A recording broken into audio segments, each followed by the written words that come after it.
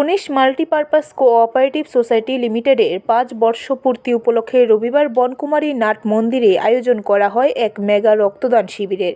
উক্ত রক্তদান শিবিরের উদ্বোধক হিসেবে উপস্থিত ছিলেন মন্ত্রী শুক্লাচরণ নোয়াতিয়া। তাছাড়া উপস্থিত ছিলেন দীপক মজুমদার, ডেপুটি মেয়র মনিকা দাস দত্ত, বিজেপির রাজ্য সহসভাপতি সুবল ভৌমিক সহ অন্যান্যরা। মন্ত্রী শুক্লাচরণ নোয়াতিয়া সংবাদ মাধ্যমের মুখোমুখি হয়ে বলেন, রক্তদান মহৎ দান, এর চেয়ে বড় কোনো সামাজিক কর্মসূচি হয় না। এই মহৎ কাজে সকলকে এগিয়ে আসতে হবে বলে জানান তিনি। এটা সুন্দর একটা অনুষ্ঠান তারা আয়োজন করা হয়েছে, মেগা রক্তদান শিবির অনুষ্ঠান।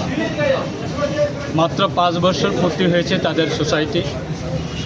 এই দপ্তরের পক্ষ থেকে আগামী দিনে তাদের সোসাইটি পথ চলার ক্ষেত্রে সমবায়ের যে আন্দোলন, সমবায়ের যে উদ্দেশ্য, সেটা নিয়ে তাদেরকে আগামী দিনে আমরা দপ্তরের পক্ষ থেকে, রাজ্য সরকারের পক্ষ থেকে, ভারত সরকারের পক্ষ থেকে যা যা প্রকল্প তাদেরকে দেওয়া যায় সেই প্রকল্প তাদেরকে সাহায্য দিয়ে এই যোগেন্দ্রনগর এলাকাবাসীর জন্য তারা আগামী দিনে যে সমবায়ের ভূমিকা, সমবায়ের উদ্দেশ্য গ্রামীণ এলাকায় অর্থনৈতিক সেটাকে বিকাশ করা, শক্তিশালী করা, স্বনির্ভর করে তোলার জন্য।